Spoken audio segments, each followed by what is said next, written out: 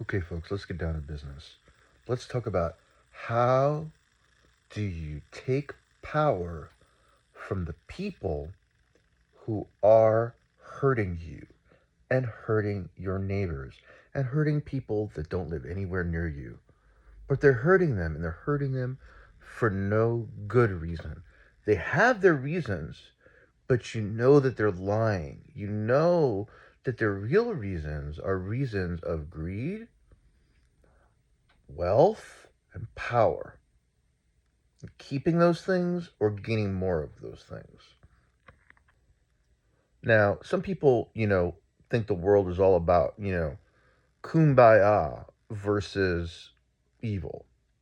That if we just do enough kumbaya, we can overcome evil. And that if we just make the kumbaya circle bigger and bigger and bigger, we just act peacefully, eventually our love will transform the world. It will transform other people because they will see our love and they will just be, wow, I have to join this. I want to join this love. Hmm. Now, do you really believe that? Do you really believe that? Or have you lived on this fucking planet for long enough to know that that is a bunch of bullshit? Okay. I'm not saying that love is not powerful. It is. And I'm not saying that people are not drawn to certain things that have to do with, um, things like solidarity and things like, people helping each other when they can see it. It's absolutely true that that does happen, right? But that's not what I'm talking about. What I'm saying is that there's a wall somewhere. There's a wall, and it's kind of a wall that moves, right? But it's a wall between the people who get it and the people who don't. All right. So you have to think about it that way. People who get it and the people who don't get it, and will never get it. Okay. Or if they do, it's like it takes something else to move them. Okay. So what you have to understand is like when people are under the thumb of power, there's two ways to deal with it, right? Because your first thought is, how do I survive? For other people, there's also a thing like ambition, right? They're like, it's not just about survival. They want to do better. They want to do more than survive. They want to join the people that have power. They want to become like them, right? But what that really means, right, is that we need to show people that actually we can stand up to power, right? That power is not invincible because one of the things is people see power and they see it as invincible. They see it as there's no way we can take it down. It's just too strong. They have their weapons are too big, they're too technologically advanced, they have too many people with them, and so on and so forth. But if you break it down, if you deconstruct it a little bit, it starts to become a lot easier to see how things can change. So the first thing I would ask you to look at, right, is what do the people right now who are working, whether consciously or unconsciously, for the people in power, whether at the lowest level or at the highest levels, are they happy? Are they happy with their job? Are they happy with their position? Right? That's the first thing, right?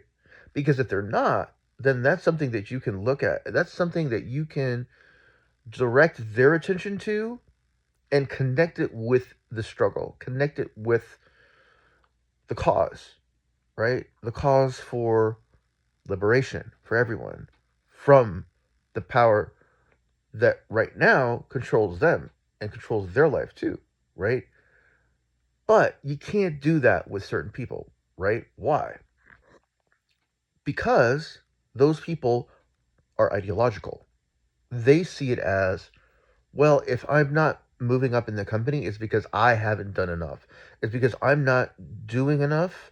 I'm not putting in enough effort. I'm not making the right friends, and it's on me. It's my fault. I'm the one who's the problem, but I just need to do better. And anyone who's complaining, they're just a complainer. I don't want to be a complainer. That's the worst possible thing. So what I'm going to do is I'm going to double down, triple down, quadruple down, no matter what sacrifices I have to make in my life, no matter how many hours I have to spend working, right? No matter how many jobs I have to get, I am going to become one of them, because that's the only way out in their mind, right?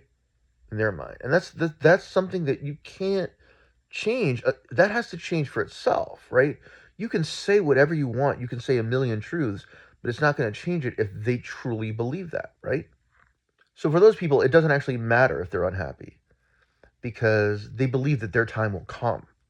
They believe that their time will come doing what they're doing, and they just have to do more of the same thing, right? So I think our best bet is to basically ignore those people, the last people I was talking about, the ideological people who they're absolutely sure that this is what they have to do, right? You're not going to reach those people, right? Those people are not going to be reached until there's so much momentum against them and against the people in power that becomes so obviously better, so obviously a better movement and something that is going to overrun them either way, and they kind of have to decide which side they're on. That's when those people might be gettable. But as long as some people have no doubt that this system that has power over them, for now, until they be hopefully one day become one of the powerful,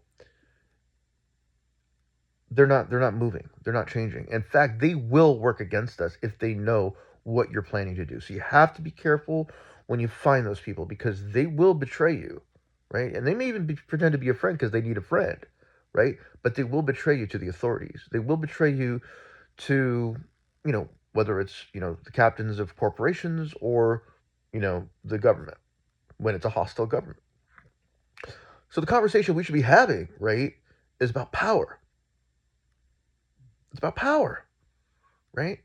And if we want power, what do we want it for, right? Because we have to make it clear that there's a difference between wanting power for yourself so that you personally can have a better life versus wanting power in order to spread that power to others so that everyone has a chance to live a better life, right? So that's how we separate ourselves. Because a lot of people, they hear power, they hear we need to get power, and it sounds to them like exactly the same as the capitalists, right? It sounds exactly the same as the people who just want to, own a Fortune 500 company, be the biggest shareholder, be the CEO, whatever, or somebody that has delusions of grandeur, wants to be a king, a prince, or something like that, right? A sheikh, whatever. But that's not what we want it for. That's not what most people want it for. But what we need to do is understand that what we need is power. And in order to get power, what we want is the power to remove the people who are in power now, who are holding on to their power for dear life, right? They're holding on to it, and they're willing to kill. They're willing to torture. They're willing to rape. They're willing to do whatever they have to do to hold onto that power. And so what we need to do is we need to understand that, and we need to understand everything that we need to do to gain leverage in the situation. Because it's not about demanding. You've heard this phrase before: power concedes nothing without a demand. But that phrase is not finished. That phrase is incomplete. Because not only is a demand required, it requires the solidarity of many, many people with the same goal in mind, working together in concert to achieve that demand by basically giving the people that are in power an ultimatum. But you have to be in the position to give an ultimatum, right? Because think about it. If somebody has no power, think about a child, right? A child who says, "Well, if you don't do this, I'm gonna blah blah blah," right? You look at the child, you're like, "Yeah, but you're not capable of doing that. So I don't have to listen to your ultimatum." So the goal is to get enough solidarity, enough agreement among a large enough group of people in a critical function, right? In a critical area of the economy, in critical areas of life, and for them to agree that we're going to do everything that's necessary to bring these people in power down unless and until they give in to these necessary demands.